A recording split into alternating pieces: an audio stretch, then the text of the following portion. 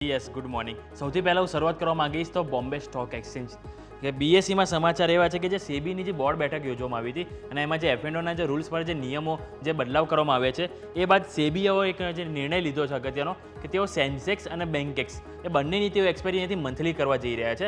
એટલે કે હવેથી આપણે માત્ર મંથલી એક્સપાયરીમાં બંને ઇન્ડેક્સ ઉપલબ્ધ થતા જોવા મળશે અને સેન્સેક્સની સાપ્તાહિક એક્સપાયરી આપણને 14 નવેમ્બરથી બંધ થઈ જશે, જે બાદ આપણને મંથલી એક્સપાયરી જોવા મળશે અને બેન્કેક્સની સાપ્તાહિક એક્સપાયરી આપણને 18 નવેમ્બરથી બંધ થતી જોવા મળશે અને હાલના જે કોન્ટ્રાક્ટ પૂરા થયા બાદ જે બી નવા કોન્ટ્રાક્ટ હશે એ ઇન્ડેક્સમાં હવે નહીં થાય, આમાં ઇન્ટ્રોડ્યુસ નહીં થાય. બીજું કે હાલના જે કોન્ટ્રાક્ટ છે એ એક્સપાયરી થયા સુધી અહીંયાથી યથાવત જે છે એ સ્થિતિમાં આપણને જોવા મળશે. એટલે એક અપડેટ આવી છે સેન્સેક્સ અને બેન્કેક્સ ઉપર. એટલે અને એ જ કારણથી આપણને ગઈકાલે પણ સ્ટોકમાં સારી એવી રેલી જોવા મળી હતી. નેક્સ્ટ વાત કરવા માંગીશ તો એચડીએફસી બેંક. એચડીએફસી બેંકમાં એક સારી એવી મોટી બ્લોક ડીલ આપણને ગઈકાલે જોવા મળી હતી કે જેમાં બીએનપી પરિબાસ દ્વારા 43.75 લાખ શેર્સ વેચવામાં આવ્યા હતા. પરંતુ સામે ખરીદનારના નામની વાત કરું તો અને આજે સ્પેસિફિકની જો વાત કરવા માંગીશ તો 1726 પ્રતિ શેર પર આ બ્લોક ડીલ થવામાં આવી હતી અને વેલ્યુ ₹755 કરોડ જોવા મળી હતી. હવે મોર્ગન સ્ટેનલી એશિયા સાથે સાથે સિટી ગ્રુપ મોરેશિયસ આ બંને જે હતા કે તેમણે અહીંયાથી શેર ખરીદ્યા છે. મોર્ગન સ્ટેનલીએ અહીંયાથી વાત કરું તો 17.5 લાખ શેર ખરીદ્યા છે અને સિટી ગ્રુપે અહીંયાથી 26.25 લાખ શેર અહીંયાથી ખરીદતા જોવા મળ્યા છે. એટલે અહીંયાથી આપણને શેરની એક્સચેન્જ એટલે કે અહીંયા અદલા બદલી આપણને થતી જોવા મળી છે.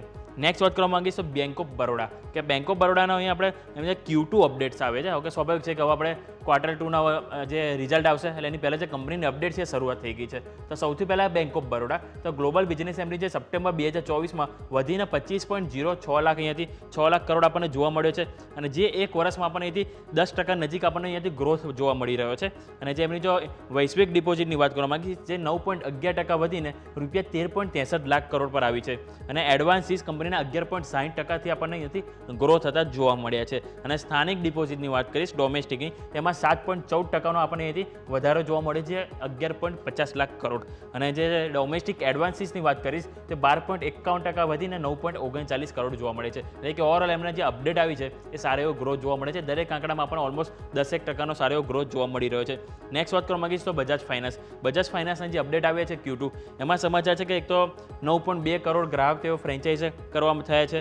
બીજું કે એમની જે AUM એસેટ અંડર મેનેજમેન્ટ કે તેઓ વધીને 29% વધીને આપણને કુલ 3,73,900 કરોડ જોવા મળી છે અને એમની જે નવી જે લોન બુક છે એ આપણને 14%થી ગ્રો થતી જોવા મળી છે. એમની ડિપોઝિટ બુકમાં પણ આપણને 21%નો વધારો જોવા મળ્યો છે અને સાથે લિક્વિડિટી સરપ્લસ આપણને 20,100 કરોડ કંપની પાસે અહીંયાથી જોવા મળ્યું છે.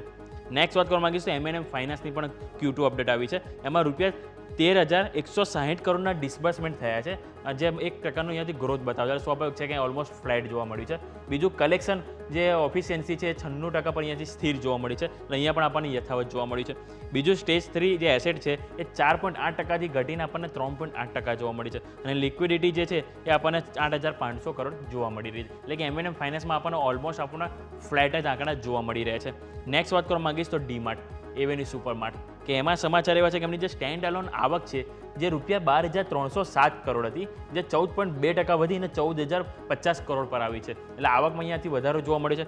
બીજું એમના સ્ટોરની સંખ્યા આપણે લાસ્ટ ક્વાર્ટરમાં પણ જોયું તો કંપની ઘણા એમના જે સ્ટોર વધારો કરી રહ્યા છે અને મેક્સિમમ કસ્ટમરને તેઓ અહીંયાથી એટ્રેક્ટ કરી રહ્યા છે. તો એવામાં જ આપણે તેઓ બીજા સ્ટોર અમુક તેઓ ઓપન કર્યા જેની સાથે તેમની કુલ સંખ્યા આપણને 377 અહીંયાથી જોવા મળી રહી છે.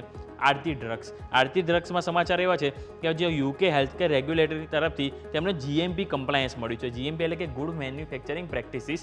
બીજું કે હિમાચલ પ્રદેશના જે બડ્ડી યુનિટ છે કે તેમાં તેઓને કમ્પ્લાયન્સ તેઓ મળ્યું છે અને સબસિડિયરી પિનેકલ લાઈફ સાયન્સ આ યુનિટ મેનેજ કરતું જોવા મળશે.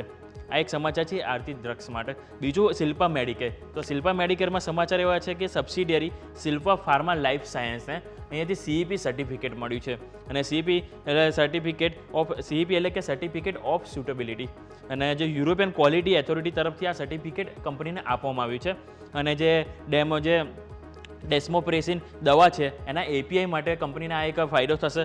બીજું કે વધુ તરસ લાગવા અને વારંવાર જે યુરેનિયસ સામે આ લાગતી હોય એના માટે આ દવાનો ઉપયોગ એક થઈ રહ્યો છે અને જે સેન્ટ્રલ ડાયાબિટીસ જેવા રોગોમાં પણ આ દવાનો ઉપયોગ થાય છે. એટલે આ એક સમાચાર છે આપણને શિલ્પા મેડિકેરમાં. અને બીજા હવે એક ગઈકાલે આપણે વાત કરું તો ઘણા સ્ટોક એવા છે કે જેમાં વેચવાલી જોવા મળી હતી અને જે કંપની છે સારી એવી નામચીન દિગ્ગજ કંપનીઓ છે જેમાં સૌથી પહેલાં વાત કરવા માંગીશ તો એક તો રિલાયન્સ કે રિલાયન્સમાં આપણને ₹3,737 કરોડની વેચવાલી જોવા મળી રહી છે. બીજું HDFC બેંકમાં કુલ 2984 કરોડનો માલ અહીંયાથી વેચવામાં આવ્યો છે. ICICI બેંકમાં કુલ 1732 કરોડની અહીંયાથી વેચવાલી જોવા મળી.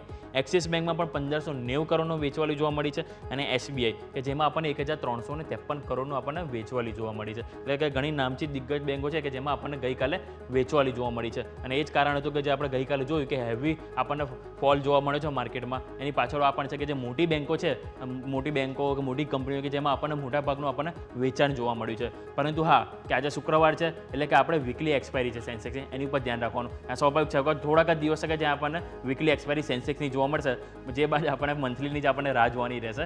Sir, over to you.